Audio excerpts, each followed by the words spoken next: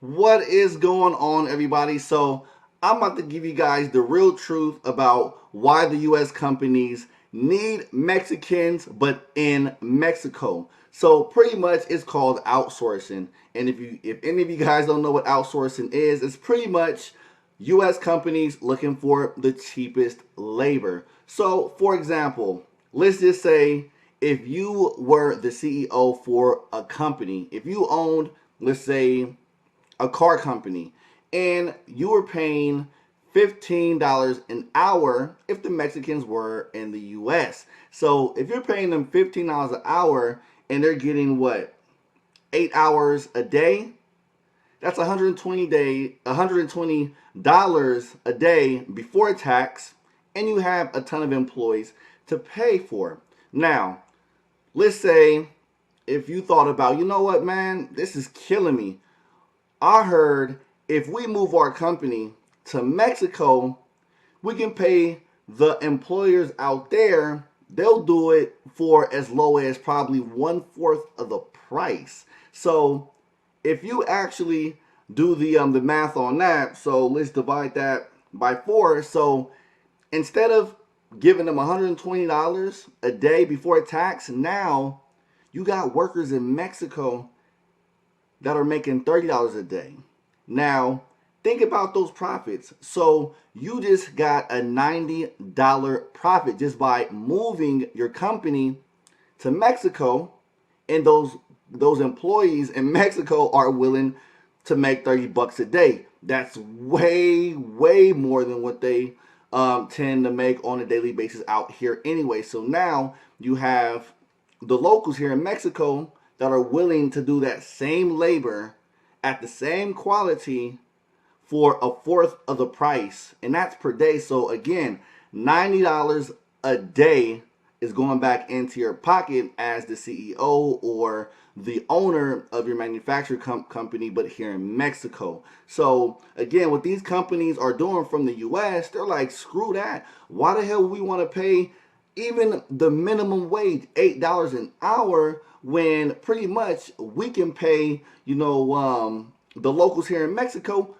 $2 an hour. We're still coming up $6 per hour off of each person that works in our factory out here. So pretty much that's why a lot of companies that want to move their manufacturers to Mexico, that's why they're so pissed off at Donald Trump, because it's all about money. It's all about profit. It's how much money they want to keep.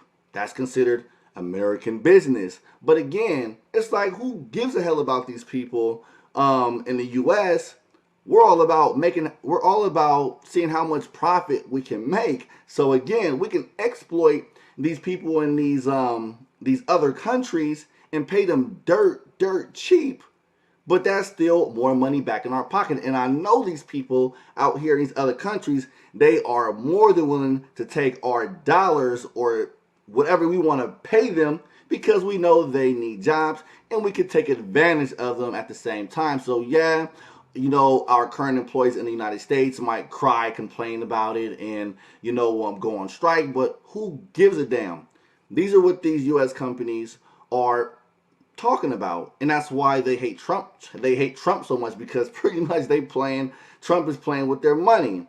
So again, of course, here in Mexico, yay, we all get more job opportunities now because we have these US companies coming out here. That's more freedom of work that we can do out here. But at the same exact time, it's like, hey, why not work here when we can get paid a lot more than these other local jobs here in Mexico? So the locals are not going to complain out here about those jobs, but in the US, you know, these companies are exploiting these other countries or whatnot. So these U.S. factories and companies need Mexico. They need these other foreign countries because they're all about profit, and that's exactly what's going on right now. And a quick example: Verizon Wireless makes $1.5 billion a month in profit.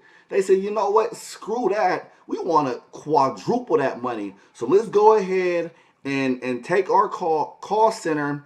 Let's ship it out to Mexico. Teach them English, whatever the cost is, because we're gonna make that back in no time. So Donald Trump is fighting for that too at the same time. But I'm just trying to let you guys know the concepts and the fundamentals, how outsourcing in these U.S. based businesses work, and how they're just trying to maximize on profit out here. But again, there's a lot of call centers out here that's partnered with AT&T, partnered with Verizon, partnered with Metro PCS, and other carriers. And that's why when you call customer service, you get rerouted to these foreign countries. But that's how I look at it. That's what's been going on. So these U.S. companies really are for Mexican workers, but in Mexico. Because why would they keep them in the US and pay the minimum wage when they can just ship out their company or manufacturer to another place in the local country and pay them like one fourth or even less the price? The locals make money here. The US based companies quadruple their profits, and it's considered a win-win for them. But the U.S. employees get fucked out of a job. That's U.S. business for you. So let me know what you guys think about that. That's just how outsourcing works. It's all about maximizing on profits and pretty much getting cheap labor. And that's why they tend to lean towards Mexico, because Mexico is literally right next door to the U.S. So it even saves on transportation cost if they have trucks that go in and out, if they were to do consumer goods and electronics. So let me know what you guys think about that.